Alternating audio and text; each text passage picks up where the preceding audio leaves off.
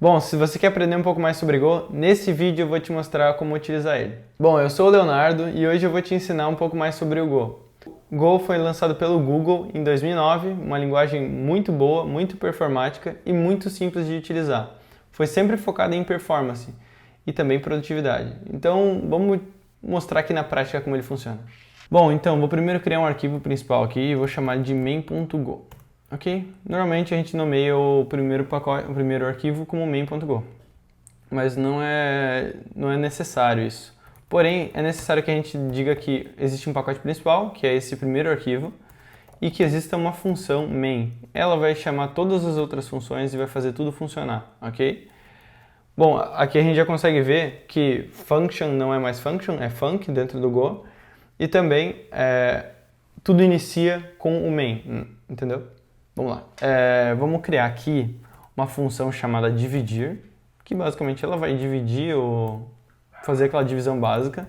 Então eu vou colocar dividir aqui e eu vou receber dois parâmetros A e B. E aqui eu tenho que inferir o tipo. Mais uma parte que é muito peculiar no Go, né? A gente tem que tipar todos os variáveis que vem dentro dele. Então eu vou retornar também um inteiro. Não vamos trabalhar com número com vírgula aqui, só para o exemplo. Aqui a gente vai ter o return e A dividido por B. Bom, divisão, multiplicação, basicamente toda linguagem utiliza a mesma sintaxe. Divisão a barra, o asterisco ou a multiplicação, soma e subtração, normalmente é muito parecido. E Go não é diferente, a gente só não vai ter o ponto e vírgula no final. Bom, vamos também inferir uma variável aqui na parte principal dele, que vai ser o num1, e eu vou chamar que ele é um inteiro. A gente já consegue ver como é que é a sintaxe de inferir o tipo para uma variável, né? E aqui eu vou determinar que ele é 4. E tem um outro tipo de inferência de variável, que basicamente é num, eu coloco ponto igual. E aí o valor que eu recebo aqui já infere o tipo na variável. Aqui, ó, o VS Code até indica. Bom, essa é uma outra forma. E aí a gente vai chamar a função dividir, vou passar como parâmetro o num1, o num2, ok? Então, basicamente, uma função dividir vai receber dois parâmetros e vai dividir 4 dividido por 2, 2, né? Vamos receber esse resultado e eu vou falar que ele vai dar o tipo da função, ok? Então, aqui o result vai ser um int, ok? Bom, vamos printar isso daqui. Esse pacote fmt é muito utilizado dentro do Go. Basicamente serve para printar. Existem algumas outras utilidades para ele e mas essa função é com certeza a mais utilizada. Vamos printar o result aqui. Quando eu der o Ctrl S, provavelmente o lint aqui vai importar direto. Mas basicamente esse é o tipo, é o formato para importar um pacote dentro do Go. E Go basicamente funciona com pacotes. A gente não vai importar um objeto ou uma lib. Muito provavelmente a gente vai baixar uma lib e aí o que a gente vai importar dela são pacotes. Ok? Então o FMT já é da linguagem. Quando a gente for importar mais de um projeto, uma biblioteca, a gente vai fazer dessa forma aqui. Bom, se tiver tudo certo, né? Vamos entrar aqui e dar um go. O TDX estava testando ali. Basicamente, asterisco é para ele pegar o primeiro arquivo que tiver a main aqui, ok? Mas a gente pode inferir também qual que é essa variável. Então, beleza, 2, nenhum mistério por aí. Muito simples, né? Mas agora a gente vai trabalhar com pacotes. Como eu falei, o Go é muito focado em pacotes, então eu vou criar um pacote aqui e gerenciar ele de uma forma mais global. E a gente vai ver mais uma peculiaridade muito legal do Go.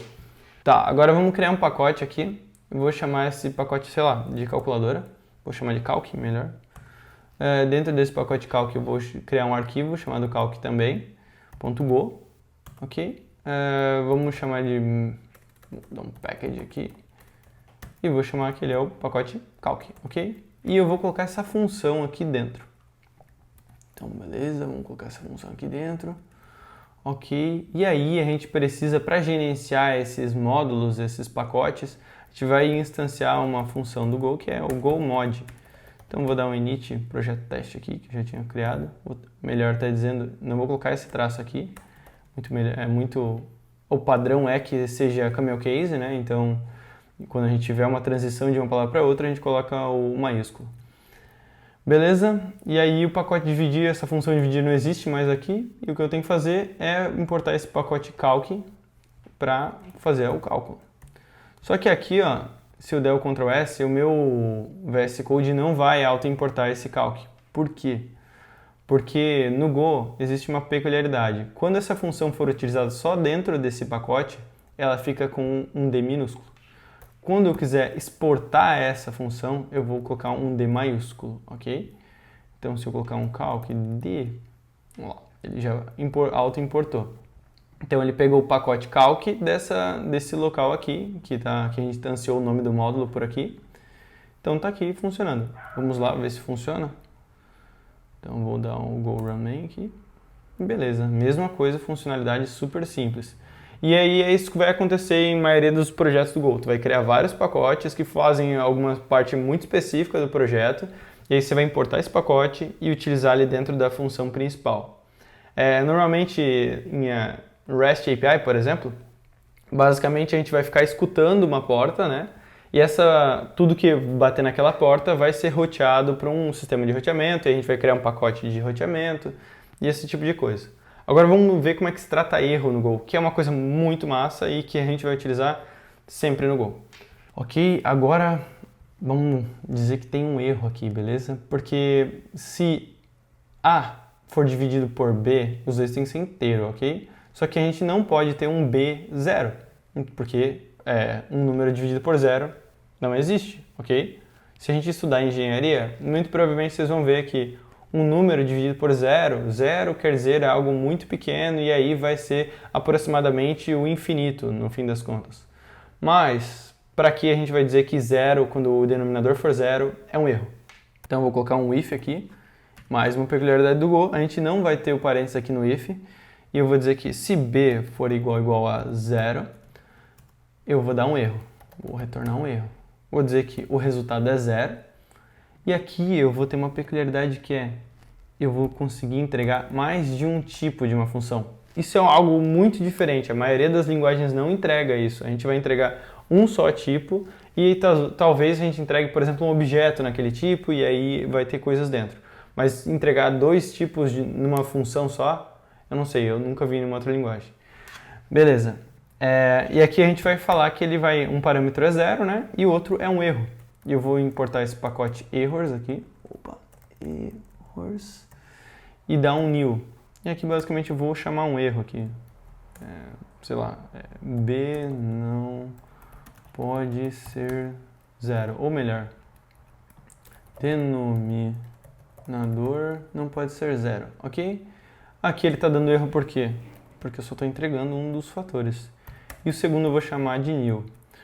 O new é uma peculiaridade que é um pouco mais difícil de explicar e eu vou explicar em outros vídeos. Então se inscreve aí no canal e aí a gente vou te atualizar sobre isso. Mas basicamente, new se refere a um ponteiro. E aí é assunto para um vídeo só. Beleza, eu vou entregar um erro. O que vai dar de erro aqui? Vamos dar uma olhada já. Está retornando dois valores. O que está acontecendo? No main aqui eu estou esperando só um valor. E não é só um valor, né? Então eu vou colocar aqui error. Ok? Então eu vou receber o primeiro parâmetro, que vai ser o resultado, e o outro vai ser o erro. Então eu vou fazer o seguinte, uma tratativa de erro que a gente sempre utiliza no Go. Error, se error for diferente de new, quer dizer que não recebeu um erro, ele passa. Ele entra, ok? Se ele for new, quer dizer que não tem erro e mostra o resultado. Então eu vou colocar aqui print ln, ok, erro, e vou printar o erro. Ok, vamos ver. É para dar 2, ok, porque a gente não mudou. Vamos mudar o denominador para 0. E erro, maravilha. Só que aqui a gente printou a parte de baixo, né? Uma coisa legal daria para fazer é dar um return aqui, ou até colocar um else. Mas é muito mais natural que a gente utilize esse return vazio aqui para parar a função nesse momento. Então, vamos executar de novo. Ok. Então, aqui a gente já explicou muita coisa sobre Go, muita coisa muito bacana e muita coisa que vai se repetir ao todo o aprendizado do Go. Mas se inscreve aí no canal, porque vai ter muito mais vídeos sobre conteúdo específico de projeto. essa parte aqui é basicamente para te introduzir no mundo do Go. E eu tenho certeza que tu vai encontrar muitas oportunidades com salários muito bons e é uma linguagem muito divertida e muito performática. Então, valeu, até o próximo vídeo.